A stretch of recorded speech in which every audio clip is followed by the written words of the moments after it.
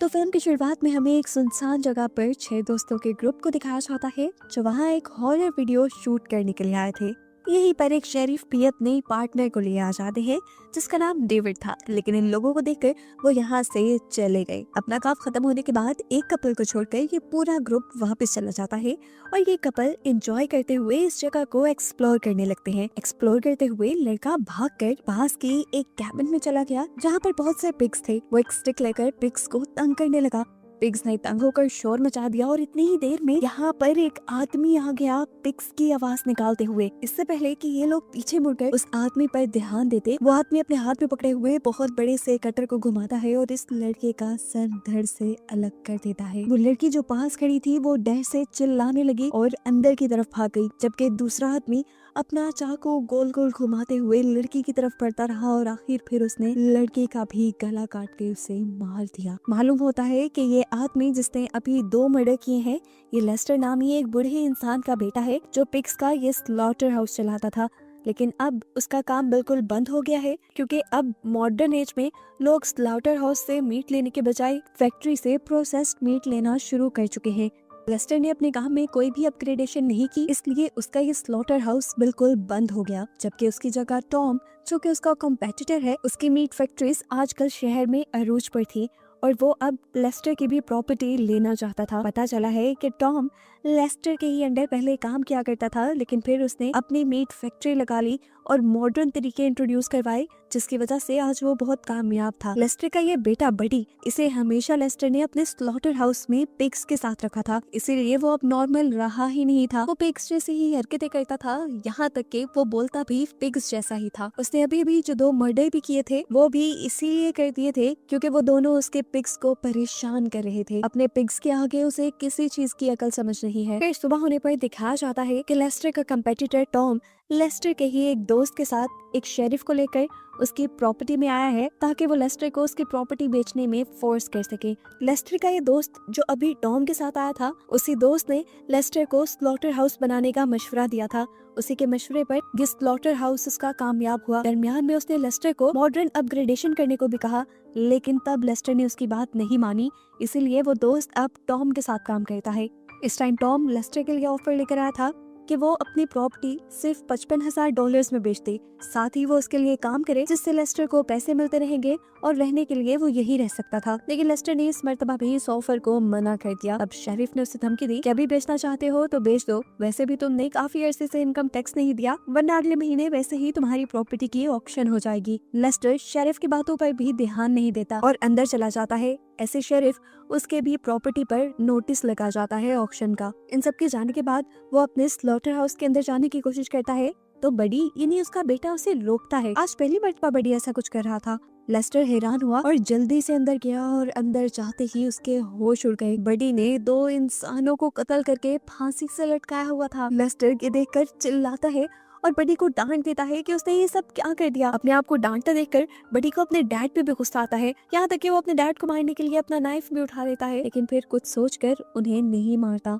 यहाँ पे एक मजे की चीज ये भी हुई कि लेस्टर का भी गुस्सा कम हो गया और उसने अपने बेटे को शाबाशी दी क्योंकि उसने कट्स अच्छे लगाए थे बॉडी के ऊपर। बड़ी भी अपनी तारीफ सुनकर खुश हो गया और यहाँ लेस्टर के दिमाग में कुछ और ही खिचड़ी पकने लगी। उसने अपने बेटे से कहा कि तुम्हें 3 ऐसे कट और लगाने हैं टॉम, शेरिफ और उनके साथी की बॉडी पर। अब लेस्टर यहाँ पर एक प्लान तैयार करने की कोशिश करता है और खुद भी तैयार हो जाता है, जिसके बाद उसने टॉम को कॉल की और टॉम से कहा मैं तुम्हारी ऑफर लेने के लिए तैयार हूँ, तुम बस यहाँ मेरे स्लॉटर हाउस आ जाओ। जबकि दूसरी तरफ हमें उन चारों के ग्रुप को दिखाया गया जिन्हें हमने मूवी के स्टार्ट पे देखा था। ये अभी भी अपनी हॉरर वीडियो की ही प्लानिंग कर रहे थे और अपनी इस हॉरर वीडियो के लिए ये लोग एक शॉप पर जाकर कुछ मास्क वगैरह भी लेते हैं और शूटिंग दोबारा कंटिन्यू करने के लिए स्लॉटर हाउस आने का डिसाइड करते हैं, जहाँ पर लेस्टर अपने बेटे के साथ मिलकर मर्डर करने की प्लानिंग कर रहा था। सीन कट होकर दूसरी तरफ हमें शेरिफ डेविड को दिखाया जाता है। उनको खबर मिली थी कि एक कपल 2 दिन से घर नहीं आए थे। ये दोनों वही थे जिनको आखिरी बार उसने स्लॉटर हाउस के पास देखा था, इसीलिए इसीलिए वो भी छानबीन के लिए स्लॉटर हाउस की तरफ निकल जाता है। डेविड जब तक यहाँ पहुंचा तो उसने स्लॉटर हाउस के अंदर उन चारों के ग्रुप को देखा। वो चारों वहाँ पर अपनी वीडियो शूट कर रहे थे और इतनी आराम से इसलिए कर रहे थे क्योंकि उनके दोनों दोस्तों की लाशें पहले ही लेस्टर ने वहाँ से उठाकर छुपा दी थी। शूटिंग करने के बाद वो चारों यहाँ से चले जाते हैं और बडी उन्हें देख लेता है, जबकि लेस्टर दोबारा टॉम और अपने पूरे ग्रुप को कॉल मिलाता है कि तुम जल्दी मिलने आ जाओ, मैं ऑफर एक्सेप्ट करने के लिए तैयार हूँ। यहाँ डेव जो इन्वेस्टिगेशन करने के लिए स्लॉटर हाउस के अंदर चला गया था, डेविड को कहीं से खून टपकता हुआ दिखाई दिया। उसने जब ऊपर देखा तो ऊपर एक मरी हुई बिल्ली को लटकाया गया था। असल में ये भी बडी के पिग्स को तंग कर रही थी, इसीलिए बडी ने उसको भी मार कर लटका दिया। जो भी उसके पिग्स को तंग करता है वो उनका यही हाल करता है। इसे डर था कि यहीं पर ही वो कातिल होगा जिसने उस कपल को मारा होगा। वो अपनी गन ताने आगे की तरफ चल रहा था कि अचानक किसी ने कटर चलाया और उसका गन वाला हाथ ही काट डाला। ये भी कोई और नहीं बल्कि बडी ही था। हाथ के कटते ही बहुत ज्यादा ब्लीडिंग हुई और डेविड मौके पर ही मर गया। डेविड को मारते ही बडी अपने डैड को ये लेस्टर को बुला कर लाया, जो एक और मर्डर होने पे थोड़ा टेंशन में तो आया, लेकिन उसने बडी को ये नहीं कहा। उसने बडी को इस मर्तबा भी शाबाशी ही दी। अब थोड़ी देर बाद फाइनली यहाँ पर लेस्टर और टॉम का कॉमन फ्रेंड आ गया, जो डील के बारे में ही बात करना चाहता था। लेस्टर बेताबी से उसका इंतजार कर रहा था। उसके लिए तो इन लोगों ने डेकोरेशन भी की थी। पूरे स्लॉटर हाउस में मरे हुए इंसानों की लाशें लटकाई हुई थी, जिन्हें देखकर वो भी बेचारा डर गया और शॉक रह गया। इससे पहले कि वो यहाँ से भागने की प्लानिंग करता, ऊपर छुपे हुए बडी ने उसकी गर्दन को हाथ से पकड़ा और उसके पूरे के पूरे चेहरे को अपने हाथ के जोर से तोड़ते हुए उसे भी यहाँ पर मार डाला। जिसके बाद बडी का अभी भी दिल नहीं भरा था, वो अभी भी कुछ चेंज करना चाहता था। उसने डेविड का यूनिफॉर्म उतारा और किसी तरह उसे काट के फंसा लिया और फिर उसी की गाड़ी में बैठकर वो गाड़ी चलाकर यहाँ से जाने लगा। अपनी पिग वाली आवाज में वो पुलिस की वॉकी टॉकी पर आंसर भी कर रहा था। अब रास्ते में डेव की गर्लफ्रेंड ने इस कार को देख लिया। उसे लगा कि कार में डेव ही होगा, इसलिए उसने कार लुकवा ली और जब देखा तो अंदर बडी था। वो खौफ से जाकर अपनी कार में बैठ गई, लेकिन बडी ने अब उसकी कार को आगे नहीं बढ़ने दिया और एक पत्थर उठाकर उसकी कार पे दे मारा। अपनी जान बचाने के लिए ये लड़की कार से भी निकल गई। वो भाग ही रही थी, लेकिन पीछे से बडी ने आकर पकड़ लिया और अजीब तरीके से अपने चाकू के जरिए उसकी गर्दन काट दी और यहाँ इस तरह उसने एक और मर्डर कर दिया। थोड़ी देर बाद अब स्लॉटर हाउस के अंदर टॉम आ गया, वही इंसान जिस प्रॉपर्टी को खरीदना चाह रहा था और जिस पर लेस्टर को सबसे ज्यादा गुस्सा था। तो अब सबसे भयानक मौत तो उसी की बनती थी, इसीलिए बडी ने उसे ग्राइंडिंग मशीन के अंदर डाल दिया और आहिस्ता आहिस्ता उसकी बॉडी का कीमा बन गया। अब सीन कट होकर हमें क्लब में उन चारों के ग्रुप को दिखाया जाता है, जो बार बार इस स्लॉटर हाउस में अपनी हॉरर वीडियो शूट करने के लिए आते हैं। वो क्लब में पार्टी कर रहे थे कि अचानक क्लब की लाइट चली गई, क्योंकि यहाँ पर एक बहुत ही खौफनाक तूफान आया था। बिजली का कड़कना इस तूफान को और भी ज्यादा भयानक बना रहा था। तो इन्होंने प्लान किया कि ये लोग दोबारा स्लॉटर हाउस जाएंगे अपनी शूटिंग के लिए, क्योंकि इससे ज्यादा खतरनाक माहौल और कोई हो ही नहीं सकता। बातों ही बातों में इनकी शर्त लग गई कि सैली एक घंटे तक अकेले स्लॉटर हाउस में रुकेगी, क्योंकि उसे थोड़ा डर जो लगता था।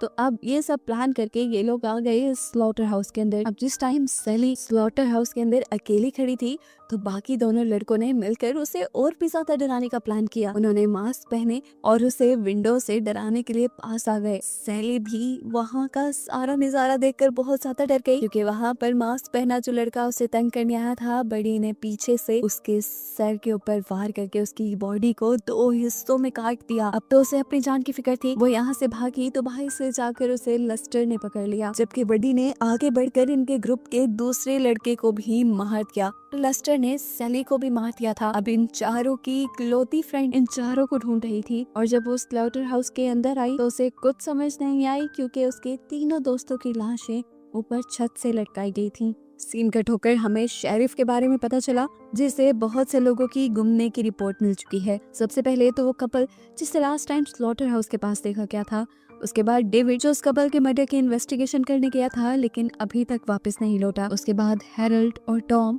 ऐसे में सारा का सारा शक शेरिफ का लेस्टर के ऊपर ही जा रहा था, इसीलिए वो भी इन्वेस्टिगेशन करने के लिए स्लॉटर हाउस जाता है और जाने से पहले वो अपने लिए बैकअप पुलिस की भी रिक्वेस्ट कर लेता है। यहाँ स्लॉटर हाउस के अंदर दिखाया गया कि ये लोग आखिरी बची हुई लड़की को टॉर्चर कर रहे थे क्योंकि वो शेरिफ की बेटी थी। अब इससे पहले कि ये लोग इस लड़की को भी मार देते, पीछे से आकर शेरिफ आवाज कर देता है। जैसे ही इनका ध्यान भटकता है तो वो लड़की भागने में कामयाब हो जाती है। अब उसे पकड़ने के लिए बड़ी उसके पीछे भागता है, लेकिन तभी शेरिफ गोली चला देता है, जिससे डरकर बड़ी वापस भाग गया। ये लोग अब भागकर उस जगह पर आ गए जहाँ पे इन्होंने पिग्स को बांधा हुआ था। शेरिफ अपनी बेटी को अपना प्लान बताता है कि तुम यहाँ से भाग जाओ, इतने में मैं इन दोनों को हैंडल करता हूँ, तब तक बैकअप पुलिस पे आ जाएगी। अभी ये प्लान बनाकर फ्री हुए थे कि पीछे से लेस्टर ने आकर शेरिफ के पेट में ही स्टैब कर दिया। अब इससे पहले कि वो इस लड़की के ऊपर भी हमला कर देता, वो लड़की यहाँ पर अपने डैड की गन उठाकर उसे ही शूट कर देती है।